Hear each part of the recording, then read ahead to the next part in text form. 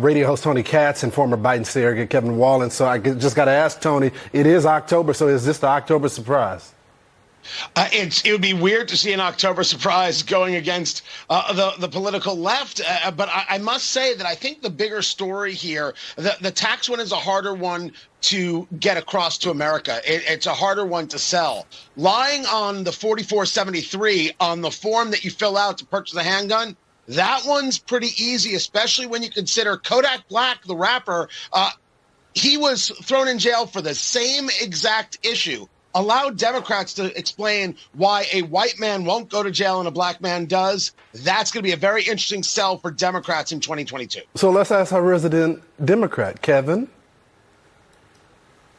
Well, certainly, Lawrence, we have more questions than answers with regards to Hunter Biden, and the process is playing out. I fully support what the Biden administration is doing in terms of leaving the Trump-appointed U.S. attorney for Delaware in place to handle this case. Merrick Garland, the attorney general, has had no impact or input with regards to this investigation and if charges are ultimately brought. But what we know right now is just what's been leaked in terms of this grand jury report and any kind of investigation. So obviously there are more questions than answers, but I think Americans should rest well that the DOJ is in independent hands with regards to Hunter Biden. All right, so let's move on.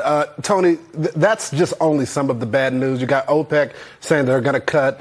You got crime still on the rise. Immigration is still a major problem. And inflation is still a problem for the Democrats. So how do you see this shaping out in this midterm election?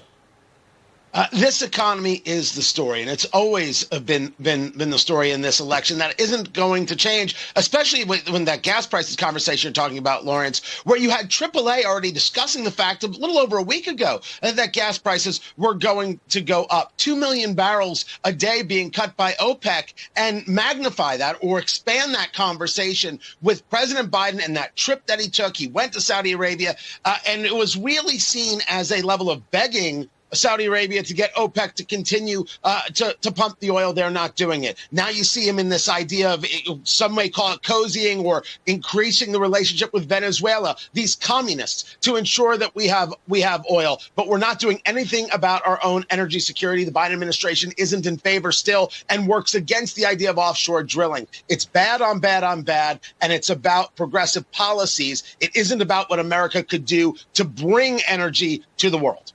You know, Kevin, you're a skilled communications guy. That's why our audience loves you.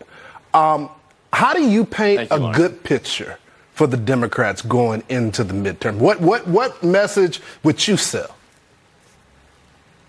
Well, listen, it's a really good question. We're less than 5 weeks away from the most consequential midterm election I think that we've seen in generations. I think women's rights are on the ballot, and you're seeing Democrats up and down the ballot campaigning in the wake of the Dobbs decision.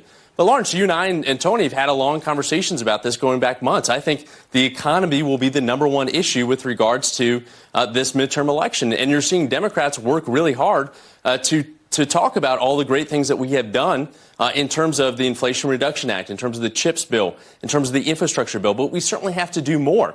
And I think what you're seeing with this administration is realizing that we brought a lot of carrots to Saudi Arabia and some of these other countries in terms of convincing them to increase their production. Now it's time to bring some sticks, and there's many things that we can do to do that and hopefully increase that production, not just in this country, but around the world. I'm curious, what stick? The last time we saw a stick was Biden telling Russia, you better not invade Ukraine. What stick? Kevin?